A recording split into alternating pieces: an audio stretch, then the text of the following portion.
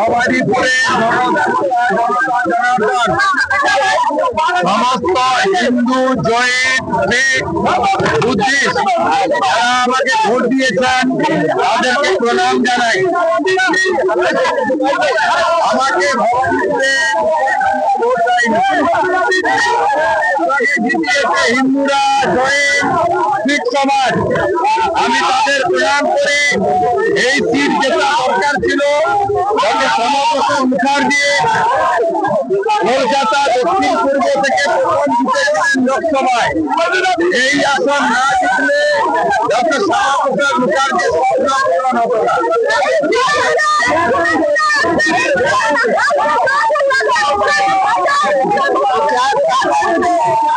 ধন্যবাদ জানাবো বিশ্বের লোকপ্রিয় নেতা নরেন্দ্র মোদীজিকে, আর কৃতজ্ঞতা জানাবো আমার নেতা কেন্দ্রীয় স্বরাষ্ট্রমন্ত্রী অমিত শাহকে। Lily ultra soft serum gel, যা গভীর থেকে স্কিনে দেয় 3 গুণ সিরাম হাইড্রেশন। সিরাম জেল হাইড্রেশনে ব্রাইট থাকো সব সিজনে। তিনি আমাকে কেন্দ্রে দাঁড়াতে নির্দেশ দিয়েছিলেন, উৎসাহিত করেছিলেন।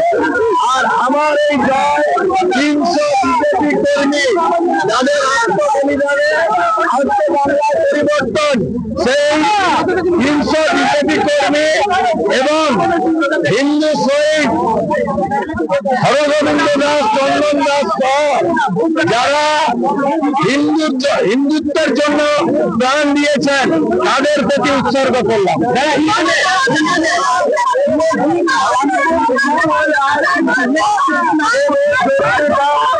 ममता बनर्जी का हराना बहुत जरूरी था।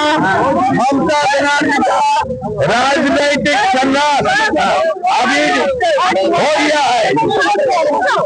21 में नंदीग्राम में हारी, इस बार हार गया।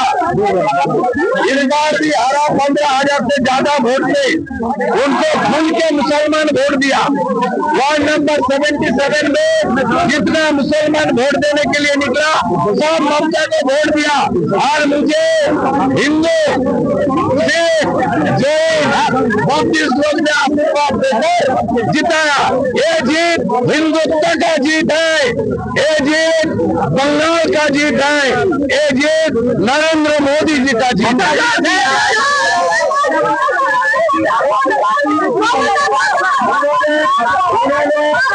उन्होंने 15 राउंड तक थी, जब उनका मार्जिन खत्म करके मैं 556 वोट से आगे निकल गई, तब उन्होंने भागना चालू कर दिया।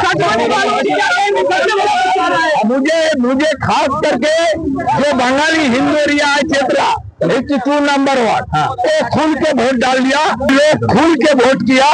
इसका साथ गुजराती, जैन, मारवाड़ी, हमारी पूर्वांचली, सिख समाज सब लोग खुल के वोट किया। मैं खास करके राजस्थान का आप एमएलए को प्रणाम करता हूँ, राजेंद्र राठौड़ जी का नेतृत्व में ये लोग बहुत काम किया मेरे लिए। और गुजरात से अशोक जी आया था, उन्होंने, उनका टीम भी बहुत मेहनत किया है। मैं सबको प्रणाम करते हुए